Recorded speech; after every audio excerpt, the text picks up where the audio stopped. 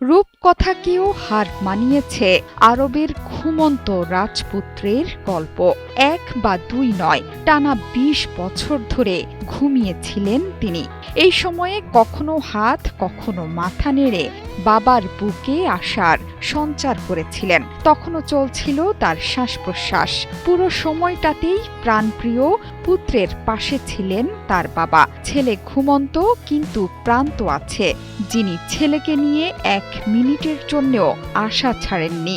হাসপাতালের নিবিড় পরিচর্যা কেন্দ্রের অতন্দ্র প্রহরী বাবাসহ পুরো রাজপরিবারকে কাঁদিয়ে শেষ পর্যন্ত না ফেরার দেশে পাড়ি জমালেন আরবের এই ঘুমন্ত রাজপুত্র।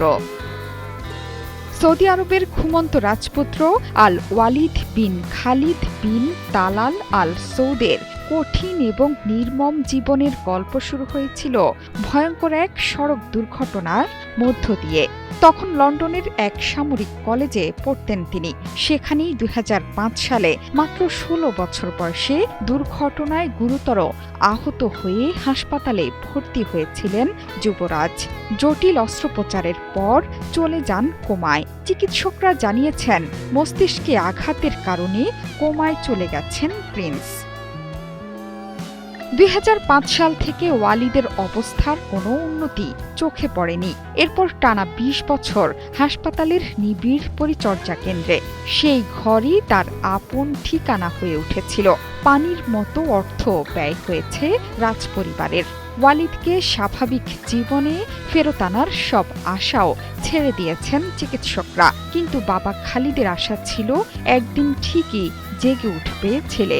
২ বছর আগেও শেষবারের মতো চিকিৎসকরা জানিয়ে দিয়েছিলেন যুবরাজকে আর জাগানো সম্ভব নয়। কিন্তু তখনও অলৌকিক কিছুর অপেক্ষায় ছিলেন বাবা। ছেলেকে লাইফ সাপোর্ট থেকে বের করার তীব্র বিরোধিতা করে এসেছেন পুরোটা সময় জুড়ে। চলতি বছরের জুনেও ঈদের সময় অন্য ছেলেদের নিয়ে ঘুমন্ত রাজপুত্রকে দেখতে যান খালিদ। ছেলের আরোগ্যের জন্য প্রার্থনা করেন আল্লাহর দরবারে। কিন্তু বাবার সব আশা ব্যর্থ করে দিয়ে শনিবার ঘুমের মধ্যেই চির ঘুমে তলিয়ে গেলেন রাজপুত্র আল ওয়ালিদ বিন খালিদ বিন তালাল আল সৌদ। মৃত্যুর সময় তার বয়স হয়েছিল ৩৬ বছর। সৌদি রাজপরিবারের সদস্য খালিদ বিন তালাল আল সৌদ ছেলের মৃত্যুর খবর দেন সংবাদ মাধ্যমে। পুত্র শোকে দীর্ঘ বার্তাও দিয়েছেন বাবা। আজকেই তার জানাজা হওয়ার কথা। ২৩ জুলাইয়ের পর রাজপুত্রকে শেষ শ্রদ্ধা জানাতে আল ফকিরিয়া জেলায় তার প্রাসাদে যেতে পারবেন নারী পুরুষরা। বিশ্বজুড়ে আলোড়ন তুলেছিল ঘুমন্ত রাজপুত্রের খবর।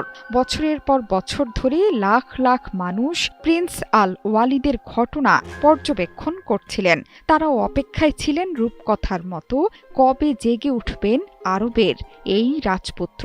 কিন্তু বাস্তবে সেটি আর ঘটল না।